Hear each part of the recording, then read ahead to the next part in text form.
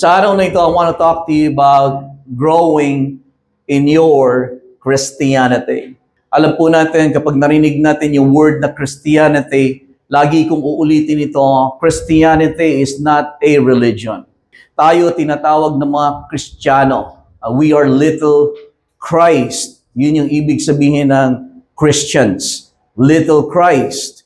Ibig sabihin, si Jesus ang malaking Christ, subalit tayo yung maliliit na Christ.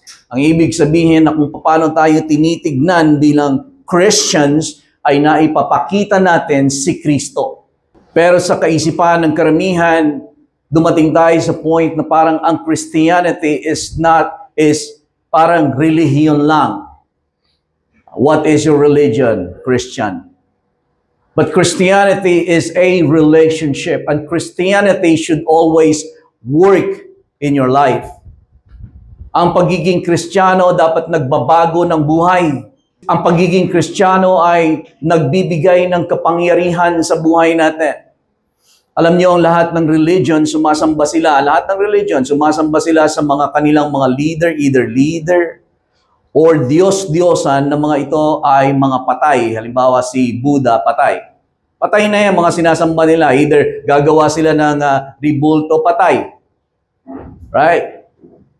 Lahat ng sinasamba ng ibang relihiyon, mga patay. Namatay na. Tayo, ang sinasamba natin ay namatay, hindi patay. Namatay lang. Pero pagkaraan ng 3 araw na siya ay namatay, muling nabuhay. Si Jesus ay buhay.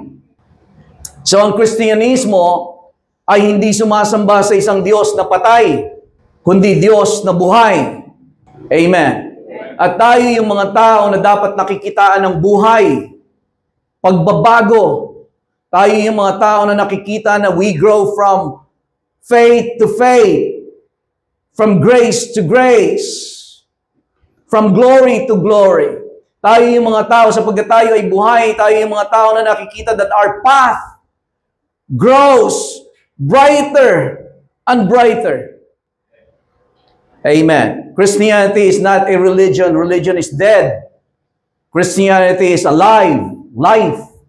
At kapag ang isang bagay na may buhay, lumalago, na year after year, dapat may nakikitaan tayo ng paglago sa atin. Hindi tayo nakatingin sa panlabas na parang sinasabi natin na, uy, bago sasakyan yan, lumalago, spiritual ito. No. Not necessarily so. Na makita ninyo, alam mo, nakita ninyo ako na iba na yung sasakyan ko. Right? Tapos sasabihin nyo, malago talaga si pastor. No. Hindi yan ang basihan. Kaya wag natin titignan. Hindi ko sinasabi na hindi malagaw si pastor. Maaring lumago si pastor, pero ang paglagong yan ay nangyari sa panloob. Ganon din sa bawat isa sa atin. Amen. Pero ang panlabas ay hindi basihan ng paglago. Maraming mga tao na makikita kayo, maaaring mga kasama ninyo sa trabaho dati na ngayon ay mas nakakaangat sa buhay kaysa sa inyo. Pero ang tanong, lumalago ba? Tumitibay ba? Ang pamilya ba nila ay mas nagiging maayos, masaya? Mas lalo ba silang nagiging masaya sa ngayon? Nagiging at peace? O may pera man sila, subalit gulo-gulo ang buhay nila? Amen. Ang paglago ay magpapakita din ito ng mga pagpapala sa buhay natin sa panglabas, pero ang paglago ay sintomas lamang ng paglago sa loob. Magtataka ka rin kung tayo ay sinasabi nating lumalago tayo pero walang pagbabago sa panlabas. Magtataka ka rin. Magtanong ka din. Kasi baka walang nangyayari sa loob. Kaya wala ka nakikitang pagbabago sa panlabas. It's God's will and desire for all of His children to grow. Ang nais ng Panginoon sa atin, ang goal ni Lord sa buhay mo at sa buhay ko ay lumago. Ang goal ni Lord sa buhay natin ay hindi lamang pumunta ng church, magpalipas ng panahon na year after year, nag-church naman ako, pastor. That's good na nag-church ka, but again, the question is, are you growing? When I was a child, I speak like a child. I think like a child. I thought like a child. When I was a child, I spoke like a child. I understood as a child. I thought as a child. Nung bata pa ako, right? Nagsasalita ako na parang bata. Ang pang-uunawa ko ay parang bata. Ang pag-iisip ko ay parang isip bata. But when I become a man, I put childish things away. Saan nakikita ang paglago? Sa pag-iisip. Saan nakikita ang paglago? Sa pag-uunawa. Amen. Subalit makikita natin na kapag tayo lumalago, iba na lumalabas sa bibig mo. Iba na ang pangunawa mo. Iba na ang pang-intindi mo sa sarili mo, sa Diyos, sa buhay, sa kapwa mo. Nag-iiba. Pag tayo, ang salita ng Diyos na buo sa isip, sa puso natin ay tanim, mag-uumpisang babaguhin ng salita ng Diyos ang puso mo. Pangalawa niyang babaguhin ang pananalita mo. Dati ang sinasabi mo kung sino ka dati, kung ano ka dati. Pero kapag ang isang Kristiyano ay lumago na, ang sinasabi niya na ay kung sino siya ngayon kay Kristo Jesus. Kailan ka naging Kristiyano? Pagpalagay na naging Kristiyano po ako ng mga ako ay pagpalagay na natin 12 years old. Pero ngayon 30 ka na. Pag ang pananalita mo, saan nakabase? Sino ka? Doon pa rin sa kung saan hindi ka pa Kristiyano? O kung ngayon saan ikaw ay Kristiyano na? Saan pa rin nakatuon ang isipan mo na sinasabi mo, sino ka? Sinisisi mo pa rin ba ang mga magulang mo? Sinisisi mo pa rin ba ang kapaligiran mo? Ang pinag-aralan mo? Kasi wala akong pinag-aralan. Ang point ko lang, saan mo kinukuha ang sense of identity mo? Yung dati, hindi ka Kristiyano o ngayong Kristiyano ka na? Hallelujah. Ang sabi ni Max Lucado, ang sabi niya, God loves you just the way you are, but He refuses to leave you that way. He wants you to be like Jesus. Kasi ulitin ko, mahal tayo ng Panginoon, lumago ka man o hindi, anak ka niya. Amen. Amen. Yung mga anak ko halimbawa, lumago man yan o hindi. Kahit na nagkaedad halimbawa, nung baby pa, cute-cute, ganyan. Tapos ngayon, 16 years old, 20 years old, naka-diaper pa rin. Matutuwa ba ako? Hindi ako matutuwa. Pero mahal ko ba sila? Mahal.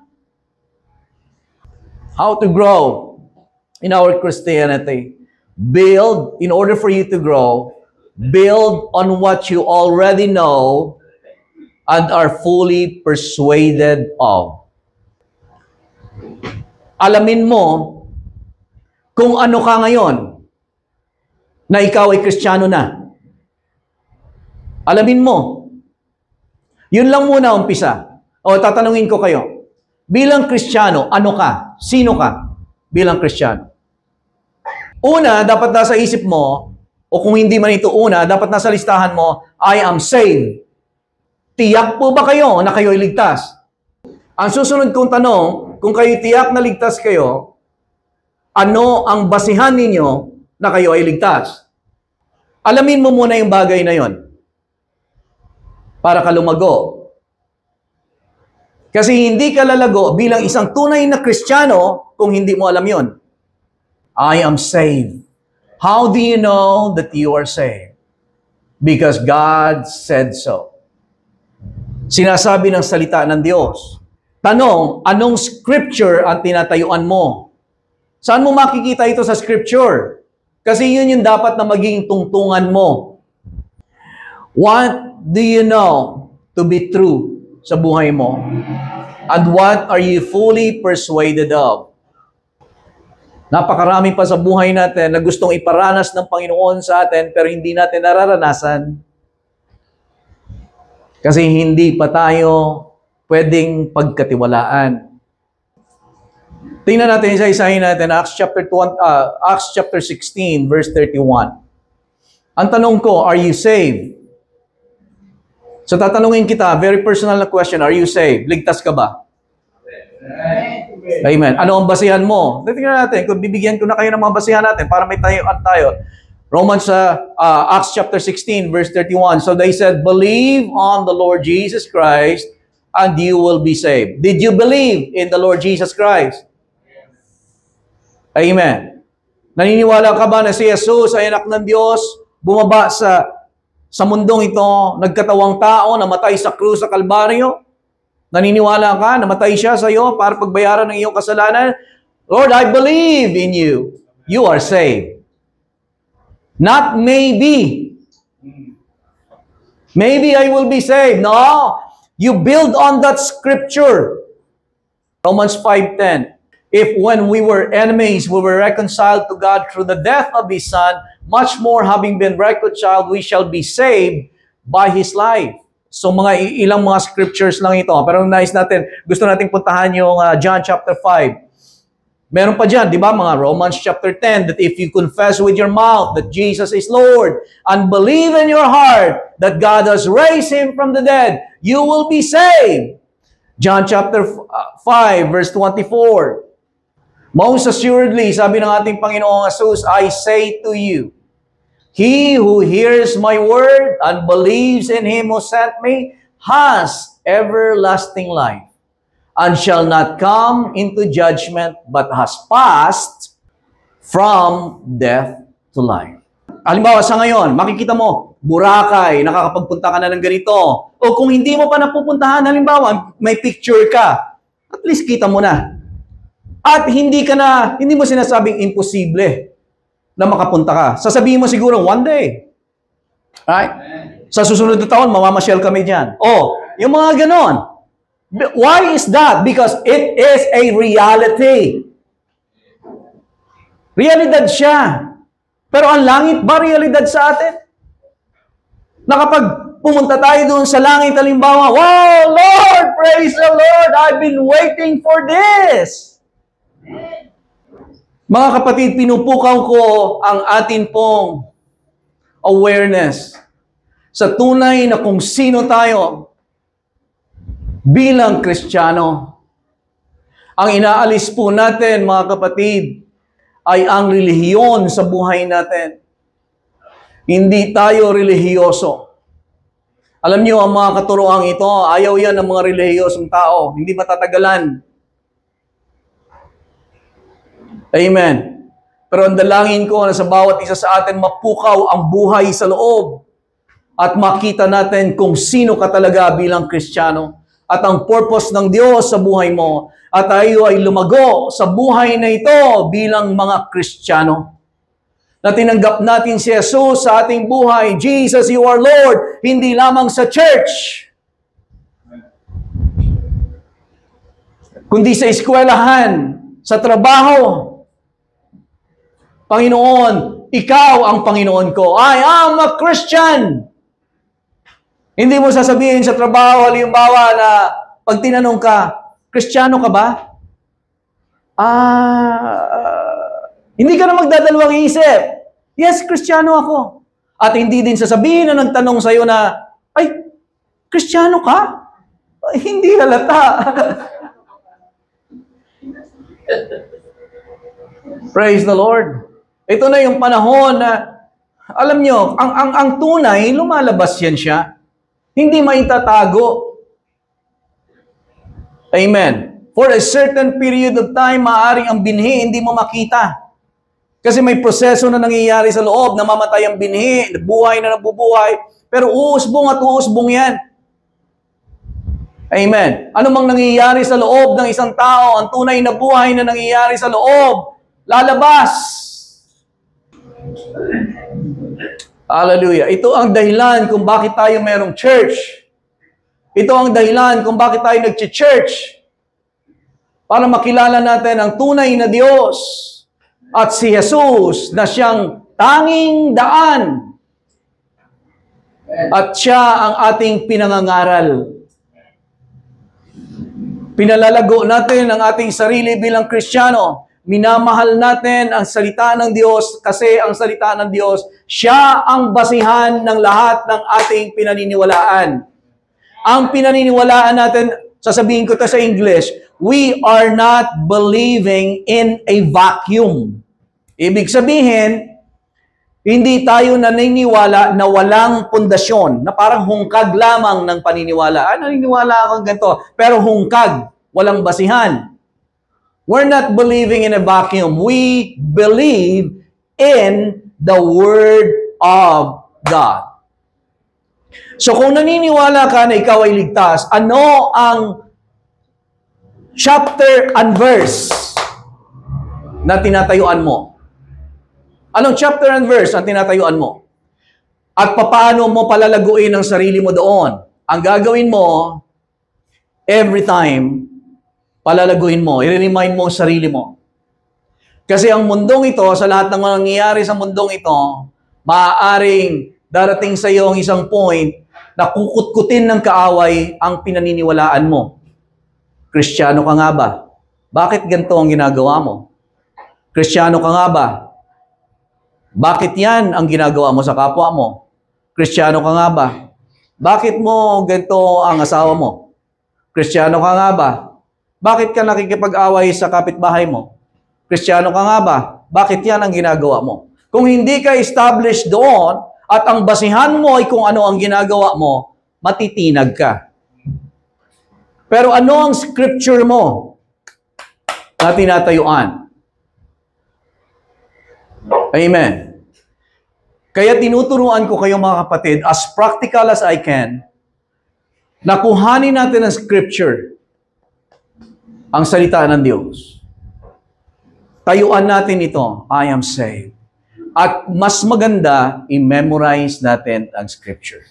Assuredly, I say to you, that whoever hears my voice and believes on him that sent me has everlasting life.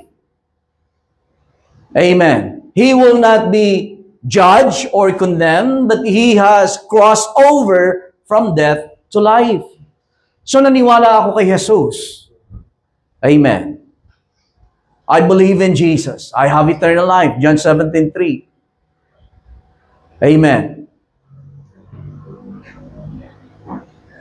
Hindi na ako husgahan. Because Jesus was judged for me. Amen. And I have crossed over from death unto life. See? Doon tatatag ka sa pananampalataya mo. At kapag matatag ka sa pananampalataya mo, makakapagpatatag ka ng ibang mga mananampalataya na maaaring nagdududa. Amen? Narito pa po ba kayo? Very simple na mensahe mga kapatid, but I want to take you to take this to your heart. Are you saved?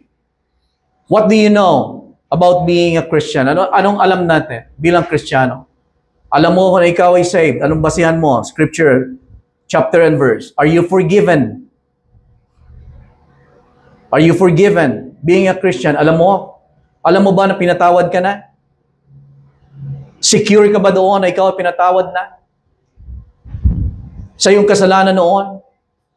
Kasalanan mo kahapon, kasalanan mo ngayon, at secure ka ba na ang kasalanan mo maaaring magkamali ka? Sa susunod na mga panahon, but Jesus is your one-time sacrifice? Are you secure? Do you know that you are forgiven? So doon sa bagay na yon, anong scripture mo na forgiven ka? Kasi maaaring pag nagkamali ka, o kaya harap sa iyong kaaway, sasabihin, church ka, maglilingkod ka sa Panginoon, tumutugtog ka ng ganito. Pagkatapos, tingnan mo. Right? Tingnan mo ang ginawa mo. Tingnan mo ang ginawa mo ng mga 2 years ago. Tingnan mo ang ginawa mo sa asawa mo, sa pamilya mo. Tingnan mo ang ginawa mo sa kapwa mo. Right? Tapos ngayon, gaganyan-ganyan ka dyan. Magsasalita ka. Na akala mo wala kang kasalanan. Right?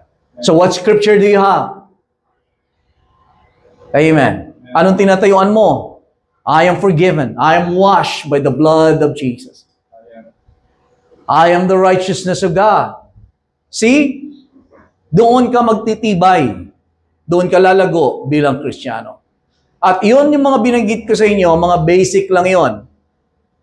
Pero what else do you know? That I am victorious in Christ. God always leads me in triumph. I am anointed. Amen. I speak the word in season. I know what to say. I know what to do. I have the wisdom of God. I have the mind of Christ. Amen. Anong scripture mo? At pinakamaganda, kabisado natin. Kaya tayo nag-memorize ng scripture sapagkat kaya nating tayuan ang salita ng Diyos. Amen. Hindi ka matitinag. Tatanungin kita, ilang scripture ang alam mo? Memorize mo. Yung John 3:16 na lang, for example. Kaya ba natin i-quote yun, ha? John 3:16, For God so loved the world that He gave His one and only Son, that whosoever believes on Him shall not perish but have everlasting life. I believe in Jesus, therefore I have everlasting life. God so loved me that He gave His Son for me. So yun yung pagtayo mo sa Scripture. May meditate mo ang Scripture, may memorize mo yung Scripture, i-confess mo yung Scripture. Alam niyo yung sinabi ng ating Panginoong Jesus, again, lumapit sa kanya ang kaaway, hindi po ano sinabi ng Panginoon? 3 times. Ano sinabi niya? It is written. Ganyan ka rin magtatagumpay sa mundong ito. Amen. Ganyan ka rin magtatagumpay sa kaaway. It is written. It is written. Ganito ang ginawa mo. But it is written. Dapat, you build on your Christianity. But how do you build on your Christianity? Paano mo i-build para ka lumago? Paano ka lalago sa pagiging Kristiyano mo? Lalago ka, alamin mo kung sino ka ngayon na Kristiyano ka na. Simple. Ilalagay natin siguro, hindi ko na kayo pasusulatin. Alamin mo kung sino ka ngayon na ikaw ay Kristiyano na. Alamin mo, ako ay ligtas, ako ay pinatawad ng Diyos, ako ay binayaran ng dugo ni Jesus. Alamin mo, ako ay pinagaling ng Panginoon. Tapos kuhanin mo scripture, itabi mo, ilista mo. Amen.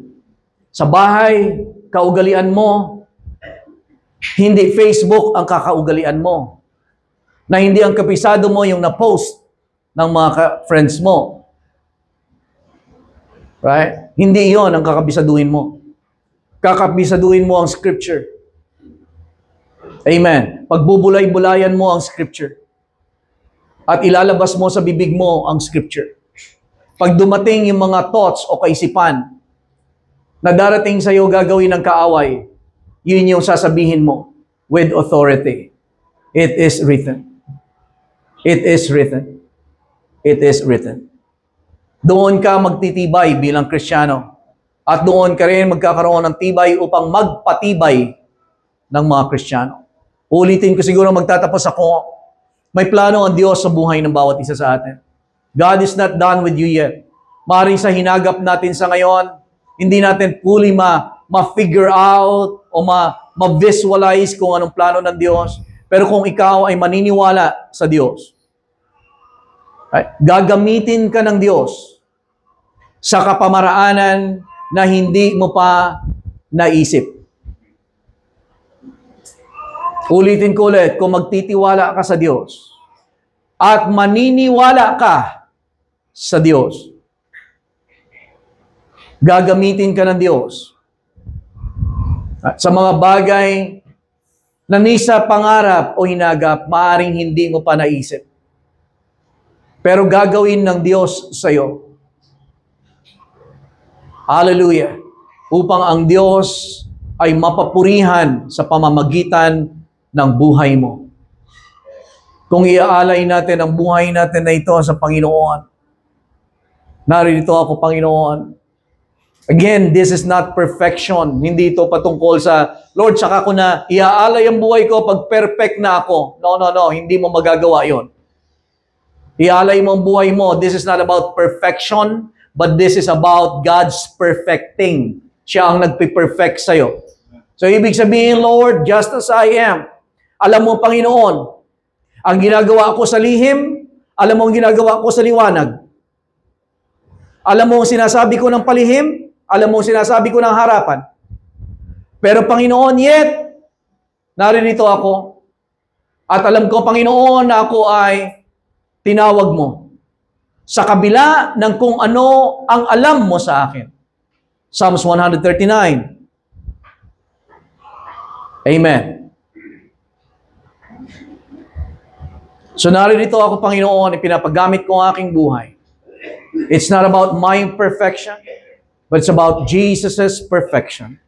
And Lord, I thank you that you are perfecting me to be the kind of person that you have called me to be.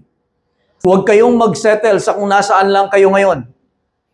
Na yun lang ang nakikita ninyo, paano mo ako gagamitin, Panginoon? Dito lang ako nakatira, ito lang napag-aralan ko, ito yung circumstansya ko. Huwag kayong mag-settle doon.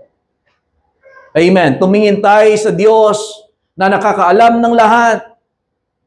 May pagkatawag sa'yo. Kaya ng Diyos na kumausap at gumamit kahit ng donkey, makarating lamang ang mensahe sa'yo.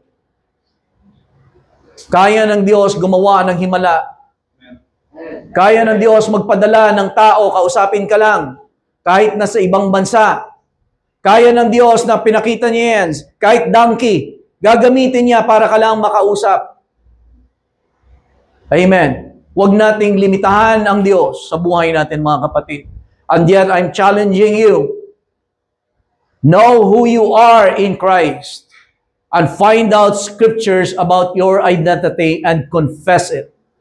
I-saturate natin ang ating isipan sa salita ng Diyos. Hindi sa kung ano pa mang mga bagay ng mundong ito. Punuin natin ang ating isipan ng salita ng Diyos. Kung pwede, memorize natin.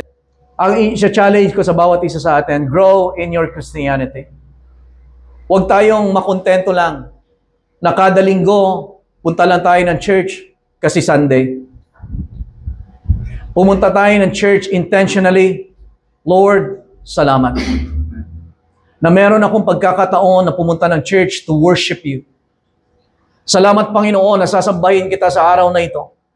Kahit minsan, Panginoon, kahit na naglalakad lamang ako, wala akong pamasahe. But Lord, salamat sa pagkakataon na meron akong mapupuntahang church. Na makakapag-worship ako, Panginoon, sa iyo, na pupurihin kita kasama ng mga kapatiran.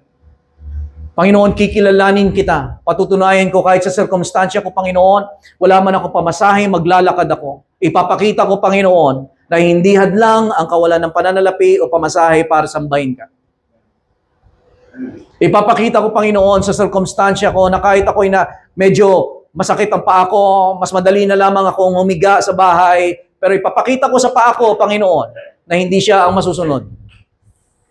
Pupunta ako ng church at pupurihin kita, Panginoon. Amen. Nais kitang purihin, Panginoon, itaas sa buhay ko sa simple, malaki, at sa ano pa mang kapamaraanan. Luluwalhatiin kita, paglilingkuran kita sa pamagitan ng aking boses, sa pamagitan ng aking galing sa instrumento, at sa pamagitan ng aking finances. Gamitin mo ako, Panginoon, sa kaluwalhatian mo. Amen. At kapag ginawa natin yung mga kapatid, there's no telling what God can do in your life and through your life.